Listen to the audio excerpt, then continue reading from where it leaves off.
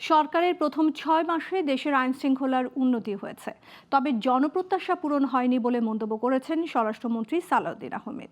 সোমবার সচিবালয়ে সাংবাদিকদের প্রশ্নের জবাবে তিনি কথা বলেন। বাংলাদেশে আল কায়দার তৎপরতা নিয়ে জাতিসংঘের প্রতিবেদন অনুমান নির্ভর বলেও মন্তব্য করেন স্বরাষ্ট্রমন্ত্রী। বলেন, বাংলাদেশে আল কায়দার অবস্থান নিয়ে জাতিসংঘের দেয়া প্রতিবেদন আমলে নিচ্ছে না সরকার, তারা অনুমান নির্ভর প্রতিবেদন দিয়েছে। আইন শৃঙ্খলা পরিস্থিতি জনপ্রত্যাশা অনুযায়ী উন্নতির জন্য আরও সময় লাগবে। স্বরাষ্ট্রমন্ত্রী বলেন, যুদ্ধের কারণে বৈশ্বিক সংকটের ফলেই দেশে জ্বালানির সমস্যা দেখা দিয়েছে। এই সমস্যা কাটিয়ে উঠতে নানা উদ্যোগ নিচ্ছে সরকার। বলবো, আমরা আইন শৃঙ্খলা পরিস্থিতি উন্নত করতে পেরেছি, তবে জনপ্রত্যাশা অনুযায়ী উন্নীতকরণের জন্য আরো সময় লাগবে। আমাদের এখন মাত্র ৬ মাস পার হলো। আমরা এগুলো আমলে নিচ্ছি না, রিপোর্টও এখনো পড়িনি।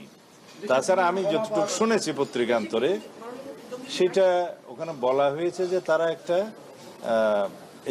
এজিউম করেছে, এটা অনুমান করেছে যে এরকম হতে পারে। তো অনুমান নির্ভর কোনো রিপোর্টের উপর আমরা অ্যাকশন করতে পারি।